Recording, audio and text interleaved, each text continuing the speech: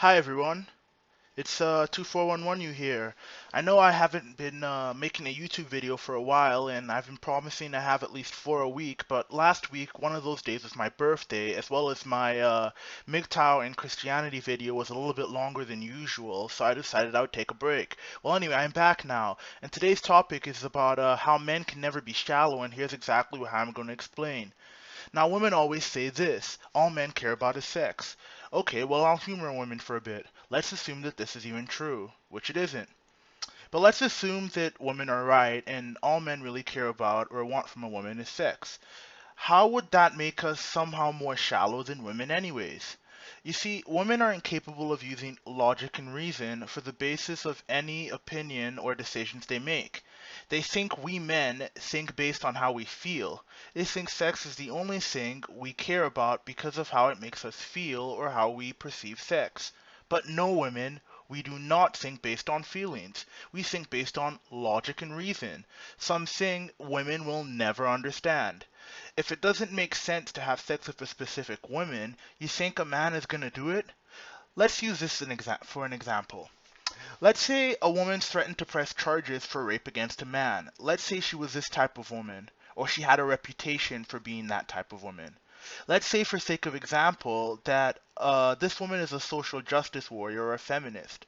You think even if she was attractive, every man would be lining up to have sex with her, even if she was a slut? No! No woman is worth that risk. This is logic, this is reason. But anyways, even if all men wanted was sex from a woman, a man couldn't possibly be more shallow than a woman, and here's exactly why. Because when you look at it this way, a woman's most precious resource is her eggs, right?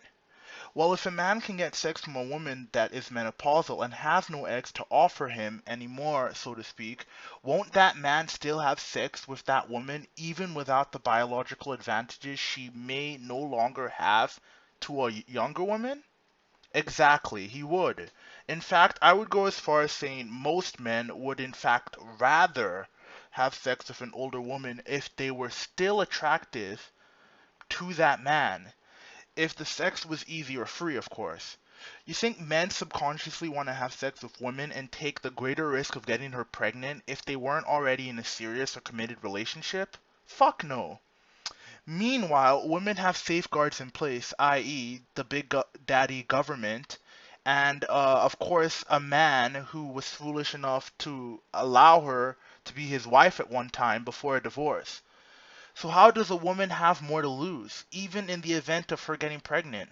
Hypergamy is far worse. A woman's wants is basically wealth and resources from a man, his livelihood, his lifeline, his ticket to freedom and the good life. The man's ability to get out of poverty and homelessness is directly tied to how much money he has. And women have no problem taking this from a man, but when a man wants sex from a woman, generally with a contraceptive device anyways, we are somehow more shallow since it costs a woman almost nothing. I fail to understand the logic behind women's opinions. Oh wait, asking a woman to think with logic or reason is probably too much to ask. Another thing I want to talk about is why women even complain about this to begin with: male sex drive. They often just say all men are pigs, but this is false and a really shitty way to look at male sex drive. Male sex drive is extremely important, and without it, no woman would be alive today to even complain about it. Besides, without that sex drive, then women wouldn't be protected or provided for either. So they should just up and accept it and stop demonizing men because of it.